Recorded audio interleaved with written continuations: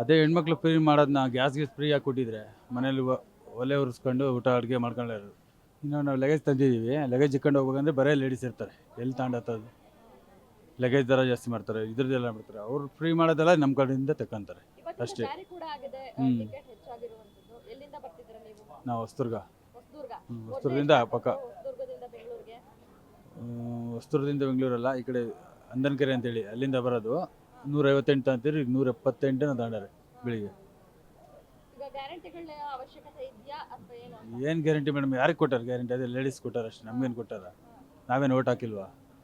ಹ್ಞೂ ನಾವು ಲೇಡೀಸ್ ಒಬ್ಬರೇ ಓಟ್ ಹಾಕಿದ್ರೆ ನಾವು ಹಾಕಿಲ್ವಾ? ಅದನ್ನೇ ಅವ್ರಿಗೆ ಫ್ರೀ ಮಾಡೋದಕ್ಕಿಂತ ಸ್ಕೂಲ್ ಹುಡುಗರಿಗೆ ಹುಡುಗಿರಿಗೆ ಇಂಥ ವಯಸ್ಸಾದವ್ರಿಗೆ ಮಾಡಿದರೆ ಸರಿಯಾಗಿರೋದು. ಯಾರೋ ಒಬ್ರು ಯೂಸ್ ಮಾಡ್ಕೊತಾರೆ, ಇಲ್ಲ ಅಂತಲ್ಲ.